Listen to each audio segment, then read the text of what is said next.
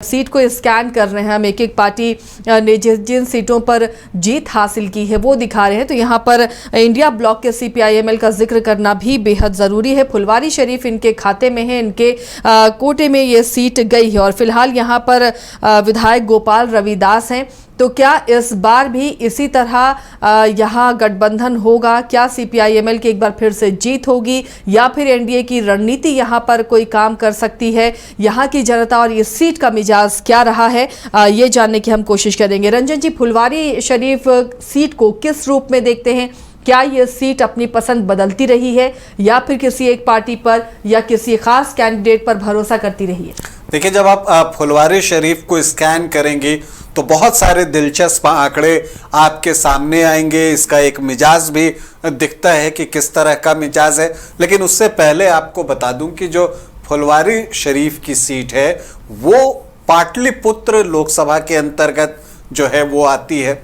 और ख़ास बात ये है कि इस सीट से, जो पाटलिपुत्र लोकसभा सीट है, वो यहाँ से लालू प्रसाद यादव की बेटी मीसा भारती जो हैं वो सांसद हैं। और आपको बता दूं कि इस बार लोकसभा के चुनाव में एक टफ फाइट यहाँ पर उनको मिली थी रामकृपाल यादव के खिलाफ, लेकिन फिर भी वो फुलवारी शरीफ में जो है लगभग 5000 वोटों से लीड करने में कामयाब रही। जबकि 2019 का जो लोकसभा का चुनाव हुआ था तब जो है बीजेपी को बढ़त मिली थी। लेकिन अगर हम फुलवारी शरीफ की बात कर रहे हैं तो आपको बता दूं कि 1972 चुनाव के बाद नया परिसीमन हुआ और उसके बाद 1977 में पहली बार जो है फुलवारी शरीफ में चुनाव हुआ और जो पहले विधायक बने फुलवारी शरीफ के वो बने रामप्रीत पासवान और वो 1977 का साल था। ये भी जान लेना दिलचस्प है कि ये जो सीट है फुलवारी शरीफ की, ये भी एससी आरक्षित सीट है और इस आरक्षित सीट पर पिछली बार जो है सीपीआईएमएल के जो प्रत्याशी हैं गोपाल रविदास वो जीतने में कामयाब रहे थे और उन्होंने जो है एक बड़ी जीत हासिल की थी 13,857 वोटों की और उन्होंने पराजित किया था जेडीयू के अरुण मांझी को। और दिलचस्प यह है कि आम तौर पर जब हम 2020 चुनाव को स्कैन करते हैं और देखते हैं तो एलजेपी जो है वो जेडीयू के वोट काटते हुए दिखा था। लेकिन आपको बताऊं कि फुलवारी शरीफ में जो एलजेपी प्रत्याशी थे सुरेश पासवान, उनका नॉमिनेशन जो है वो रद्द हो गया था। तो यहाँ बिल्कुल आमने सामने की लड़ाई थी अरुण मांझी और गोपाल रविदास के बीच में, जिसमें गोपाल रविदास ने बाजी मारी। लेकिन जब आप उससे पीछे जाती हैं और आपने जो इसके मिजाज के बारे में बात की तो आप देखिए कुल 12 चुनाव जो है वो फुलवारी शरीफ में आज तक हुए हैं। इनमें से 4 बार आरजेडी जीतने में इस सीट को सफल रहा है, कांग्रेस ने 3 बार ये सीट जीती है, जेडीयू को 2 बार ये सीट मिली है, जनता पार्टी, माले और जनता दल को 1-1 बार जो है ये सीट मिली है।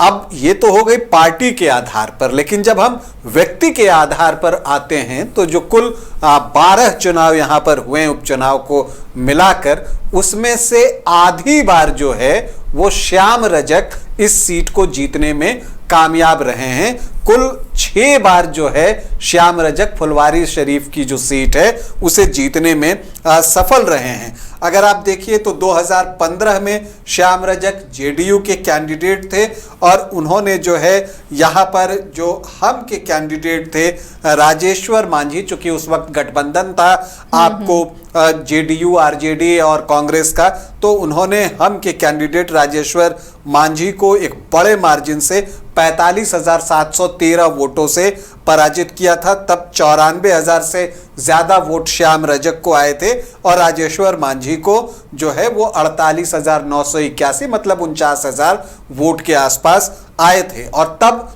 जो सीपीआईएमएल है वो अलग होकर चुनाव लड़ रहा था और उसे 5.92 मतलब लगभग 6% वोट जो है वो आए थे। तो उससे भी आप पहले जाइए, 2010 में जब आप जाते हैं तो वहां पर भी श्याम रजक को जीत मिलती है और वोट एक बार फिर से वो 49% से ज्यादा लाते हैं और 21,180 वोटों से वो चुनाव जीतते हैं और तब उन्होंने आरजेडी के उदय कुमार को पराजित किया था और ये बड़ी जीत थी। आरजेडी के उदय कुमार को 46,000 से कुछ ज्यादा वोट आए थे, जबकि श्याम रजक को 67,390 वोट आए थे और तब जो है माले को उस वक्त भी लगभग 6% के आसपास वोट जो हैं वो आए थे। 2009 के उपचुनाव में आरजेडी को जीत मिली थी, उदय कुमार जीते थे, लेकिन फिर उसके पहले आप चले जाइए तो 4 बार लगातार श्याम रजक जीतने में सफल रहे थे। 1995, 2000 और 2005 में जो 2 चुनाव हुए वहां श्याम रजक ने जीत हासिल की, जिसमें 1995 में जनता दल के टिकट पर और 2000 और 2005 के दोनों चुनाव में आरजेडी के टिकट पर वो चुनाव जीतने में सफल रहे थे। तो जब आप इन चीजों को देखते हैं तो दिखता है कि इस क्षेत्र में श्याम रजक की अपनी एक पकड़ है। तो उनकी घर वापसी से इस बार का मुकाबला फिर दिलचस्प नजर आएगा। हो सकता है कि फिर मुकाबला जो है वो दिलचस्प नजर आए। देखिए, एक चीज जो मैं यहाँ कहना चाह रहा था कि 2009 में वो आरजेडी छोड़कर जेडीयू में शामिल हुए, फिर वो 2015 में जो है वो चुनाव जीतने में सफल रहे, 2010 और 2015 में जेडीयू के टिकट पर, और फिर 2020 के विधानसभा चुनाव के ठीक पहले जो है वो जेडीयू छोड़कर आरजेडी में चले गए थे और उनको उम्मीद थी कि आरजेडी से उन्हें टिकट भी मिलेगा, क्योंकि वो लालू प्रसाद यादव के बहुत करीबी रहे हैं और पहले भी वो बहुत करीबी रहे। कहा जाता था राम कृपाल यादव और जो श्याम रजक की जोड़ी थी वो राम श्याम की जोड़ी कही जाती थी। ये उस वक्त की बात है, 90s की बात जब हम करते हैं तब की बात है। तो अब वहां से जो है वो उस समय फिर से गए, लेकिन ये सीट गठबंधन में माले को चली गई। तो जब ऐसा हुआ तो वो टिकट से वंचित रह गए, वहां से गोपाल रविदास खड़े हो गए। अब वो जेडीयू में भी नहीं थे तो वो चुनाव नहीं लड़ सके। अब इस बार जो है चुनाव से कुछ पहले, 1-1.5 साल पहले वो एक बार फिर से जेडीयू में शामिल हो गए हैं और उन्हें उम्मीद होगी कि इस बार जेडीयू उन्हें उनकी फेवरेट सीट जो है फुलवारी शरीफ की, वहां से उन्हें टिकट देगी, चूंकि यहां से वो जो है 6 बार चुनाव जो है जीत चुके हैं। लेकिन दिलचस्प बात यह है कि जो पिछली बार जेडीयू के टिकट पर चुनाव लड़े थे अरुण मांझी, वो भी जनसंपर्क कर रहे हैं। मतलब जेडीयू को भी ये तय करना होगा कि श्याम रजक को वो टिकट दे या अरुण मांझी को ये वो टिकट दे, क्योंकि पिछली बार श्याम रजक रह गए थे जब आरजेडी ने उनको टिकट नहीं दिया था। अभी जो है नीतीश कुमार ने इन्हें महासचिव बनाया है, पार्टी का राष्ट्रीय महासचिव बनाया है और श्याम रजक को उम्मीद होगी कि उनको जो है जेडीयू से टिकट मिल सकता है। हालांकि जब उन्होंने आरजेडी छोड़ा था तो उस वक्त श्याम रजक ने जो एक क्रिप्टिक पोस्ट किया था कि मैं शतरंज का शौकीन नहीं था इसलिए धोखा खा गया, आप मोहरे चलते रहे और मैं रिश्तेदारी निभाता रहा। ये पोस्ट जो है काफी क्रिप्टिक पोस्ट था और काफी चर्चा में भी वो आया था। लेकिन जब आप फुलवारी शरीफ को देखते हैं तो क्या ये सीट उतनी आसान है जितनी कि पहले हुआ करती थी श्याम रजक के लिए? क्योंकि आप जब यहाँ के जातीय समीकरण को देखते हैं तो यहाँ पर दिखता है कि जो MY का जो समीकरण है वो बहुत मजबूत है।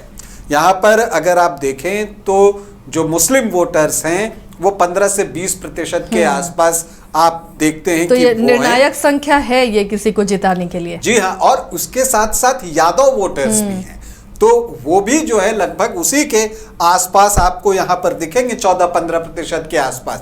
तो ये एक बड़ा नंबर हो जाता है और इसमें जब माले का कैडर वोट जीतता है, क्योंकि जब मैं अभी आंकड़े बता रहा था तो आपने देखा होगा कि चाहे आप 2015 की बात कर लीजिए या 2010 की बात कर लीजिए, माले को 6% वोट जो है वो उनको अकेले चुनाव लड़ने पर भी आ रहा था।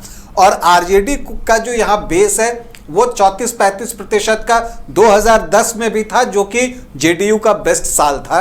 तो अब उसमें अगर माले का वोट जुटता है तो वो फाइट जो है वो टफ होगी, बराबरी की होगी। लेकिन चूंकि श्याम रजक इसी क्षेत्र में रहे हैं और यहाँ पर जो है जो रजक वोटर्स कहते हैं वो भी अच्छी संख्या में हैं। यहाँ पर अगर आप देखें तो यादव, पासवान, मुस्लिम और रविदास वोटर्स जो हैं वो अच्छी संख्या में यहाँ पर दिखते हैं। और इसके अलावा आप देखें कि अब एक जो बात देखने वाली होगी, चूंकि वक्फ का बिल जो अभी पास हुआ है तो उसका जो है अभी फुलवारी शरीफ में जब विरोध हो रहा था तो उसमें जो है जो माले के विधायक हैं गोपाल रविदास, वो उस जो विरोध प्रदर्शन था उसमें शामिल भी हुए थे। और इस तरह की चीज़ें जो है वो बताती हैं कि क्या कोई यहाँ पर एक तरह से जो आम तौर पर माना जाता है कि मुस्लिम वोटर्स जो हैं वो जेडीयू को भी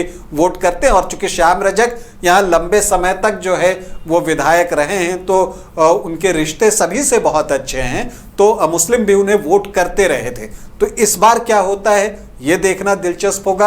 हालांकि जो नीतीश कुमार की अपनी छवि है वो ऐसी है कि उन्हें हर जाति और धर्म का वोट जो है उनको मिलता रहा है। तो अगर नीतीश कुमार के नाम पर मुस्लिम वोटर्स जो है वो श्याम रजक को पहले जैसा वोट कर देते हैं तो फिर जो बीजेपी का कैडर वोट है और जो जेडीयू का महतो मेहता वोट जो उनका अपना कोर वोट है उसको जोड़ दें, तब एक बिल्कुल आमने सामने की टफ लड़ाई जो है वो दिखेगी। लेकिन अभी तो ये भी देखना होगा कि जेडीयू टिकट किसे देती है।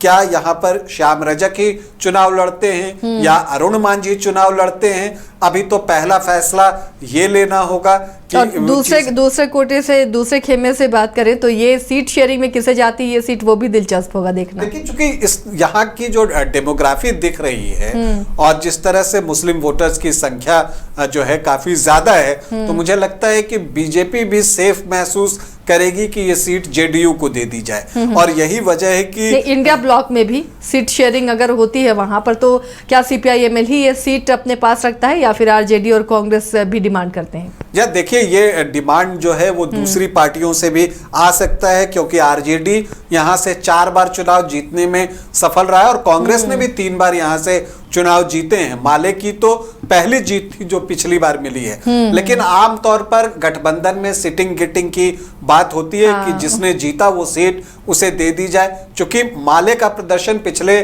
चुनाव में विधानसभा में बहुत बेहतर रहा था और उनका जो स्ट्राइक रेट था वो जबरदस्त था, तो इसलिए मुझे लगता है कि वो जो सीटें चाहेंगी उसमें जो है एक फुलवारी शरीफ की सीट भी निश्चित तौर पर वो चाहेगी। हालांकि ये फैसला गठबंधन को लेना है कि वो इस सीट को किसे देती है, क्योंकि अगर आप देखें तो इस सीट पर जो कास्ट कॉम्बिनेशन है वो गठबंधन को थोड़ा सा सपोर्ट करता हुआ दिखता है। लेकिन चूंकि जेडीयू के पास अगर श्याम रजक कैंडिडेट के रूप में आते हैं तो वो जबरदस्त कैंडिडेट हैं और यहाँ से चूंकि 6 बार चुनाव जीत चुके हैं तो जो मुकाबला होगा वो बहुत कांटे का होगा। और जब कांटे का मुकाबला होता है और जब आप ये भी हमने देखा है कि कई बार जब एक धर्म का वोट एक तरफ जाने लगता है तो काउंटर पोलराइजेशन भी होता है, तो अगर उस जैसी चीज हो जाए तो इसका एडवांटेज भी श्याम रजक को मिल सकता है। तो इन सारी चीजों को देखना पड़ेगा। तो अभी थोड़ा वक्त पड़ा हुआ है, लेकिन कुल मिलाकर अगर हम फुलवारी शरीफ को देखें तो एक दिलचस्प चुनाव हम सबका इंतजार कर रहा है। तो वाकई दिलचस्प चुनाव इस बार होगा और फुलवारी में श्याम रजक के फिर से घर वापसी के बाद ये सीट भी बेहद दिलचस्प बनती हुई नजर आ रही है। अब देखना है कि इसमें उम्मीदवार इस बार कौन होते हैं और किन के बीच में टक्कर होती है और यहाँ की जनता किस तरह अपना फैसला सुनाती है।